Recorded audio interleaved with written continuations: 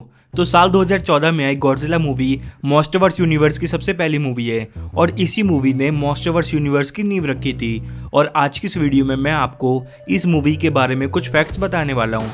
तो अगर आप भी वो फैक्ट्स जानना चाहते हैं तो इस वीडियो के एंड तक मेरे साथ ज़रूर बने रहना। तो चलिए इस वीडियो को शुरू करते हैं। तो इस मूवी को डायरेक्ट किया था ग्रेथ एडवर्ड्स ने, लेकिन इस मूवी को डायरेक्ट करने के लिए पहले गुलिमारो देल तारो को अप्रोच किया जा रहा था। और अगर आपको नहीं पता कि गुलिमारो देल तारो कौन है तो ये हॉलीवुड के बहुत ही फेमस डायरेक्टर है, लेकिन उस टाइम पे गुलिमारो देल तारो ने मना कर दिया था इस मूवी को डायरेक्ट करने से, क्योंकि वो अपनी दूसरी मूवी पैसिफिक रिम में बिजी थे। और संयोग ये देखिए कि जो मूवी है पैसिफिक रिम, उसमें भी कुछ बड़े बड़े मॉन्स्टर्स के बारे में बताया गया है जो कि दूसरी दुनिया से आते हैं और वो काफ़ी हद तक गॉडजिला जितने ही बड़े होते हैं। और इस मूवी में हमें एक कैरेक्टर देखने को मिला जिसका नाम था डॉक्टर इशिरो सेरिजावा। असल में ये रेफरेंस है 1954 में आई पहली गॉडजिला मूवी के डायरेक्टर की, जिनका नाम भी इशिरो होंडा था। और इस मूवी ने जिसने डॉक्टर सेरिजावा का रोल प्ले किया है उनका नाम है केन वेटेनबे, और वो असल में जापान से बिलोंग करते हैं। और उन्होंने मेकर्स को एक सजेशन दिया था कि इस पूरी मूवी में मैं गॉडजिला को गॉडजिला नहीं बल्कि गोजिरा बोलूँगा, क्योंकि जापान में भी गॉडजिला को गोजिरा बोला जाता है। और दोस्तों इस मूवी में गॉडजिला हमें सबसे पहले साइबेरिया के ग्लेशियर में दिखने वाला था, लेकिन जो मेकर्स है इस मूवी के उन्होंने बाद में इस आइडिया को ड्रॉप कर दिया, क्योंकि इससे पहले मैन ऑफ स्टील मूवी आई थी और उसमें भी हमें सुपरमैन साइबेरिया के ग्लेशियर में ही देखने को मिलता है। इस मूवी के जो डायरेक्टर है उनका नाम है ग्रेथ एडवर्ड्स, और उन्होंने जॉस मूवी से इंस्पिरेशन लेते हुए इस मूवी में गॉडजिला को काफ़ी लेट दिखाया।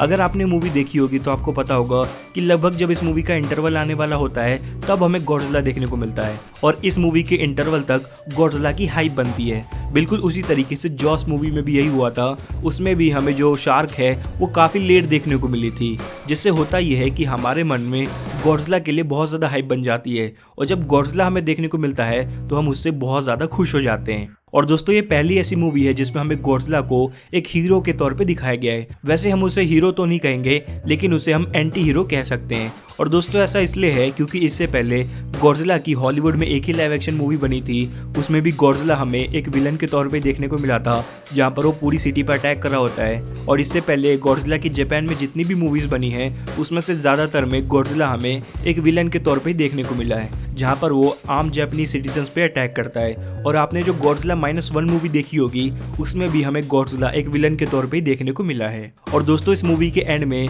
हमें एक न्यूज़ चैनल देखने को मिलता है जहाँ पर वो गॉडजिला को किंग ऑफ द मॉन्स्टर लिखते हैं। दरअसल में रेफरेंस था गॉडजिला की आने वाली मूवी का Godzilla 2 king of the monster, जो कि साल 2019 में आई थी। और उस मूवी में गॉडजिला किंग गेडोरा को हरा करके किंग ऑफ द मॉन्स्टर का टाइटल ले लेता है।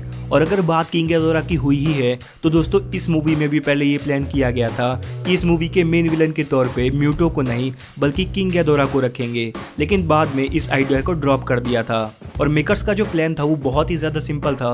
उन्होंने प्लान ये किया था कि जो किंग गेडोरा है वो स्पेस से आया हुआ एक मॉन्स्टर होता है, जो कि जैसे ही अर्थ पे आता है वो आइस एज की वजह से बर्फ में जम जाता है, लेकिन उसी दौरान वो बर्फ पिघलती है और किंग गेडोरा उस बर्फ से बाहर निकल जाता है। और जब गॉडजिला को इस बारे में पता लगता है तो वो किंग गेडोरा से फाइट करने के लिए जाता है। पहले ये प्लान किया गया था इस मूवी को लेकर के, लेकिन बाद में किंग गेडोरा को हटा करके म्यूटो को इस मूवी में विलन के तौर पे रखा गया। और दोस्तों इस मूवी में एक सीन है जहाँ पे सुनामी आने वाली होती है, लेकिन पहले ही एक लड़की को पता लग जाता है कि सुनामी आने वाली है और वो सबको वार्न करती है। असल में एक रियल लाइफ की घटना से इंस्पायर्ड है, जिसमें कि टिली स्मिथ नाम की एक लड़की होती है यूके की, जो कि छुट्टियां मनाने के लिए थाईलैंड जाती है, लेकिन उसे पहले ही आभास हो जाता है कि एक सुनामी आने वाली है और वो सभी लोगों को वार्न कर देती है, और जिससे काफ़ी लोगों की जान बचा ली जाती है। तो एक ये रियल लाइफ का इंसिडेंट था जिसे कि इस मूवी में भी दिखाया गया। तो दोस्तों बस इस वीडियो में इतना ही। अब अगर आपको वीडियो पसंद आई है तो मेरी इस वीडियो को लाइक करके मेरे चैनल को सब्सक्राइब जरूर कीजिएगा। Thanks for watching this video. मिलते हैं आपसे अगली वीडियो में, तब तक के लिए बाय।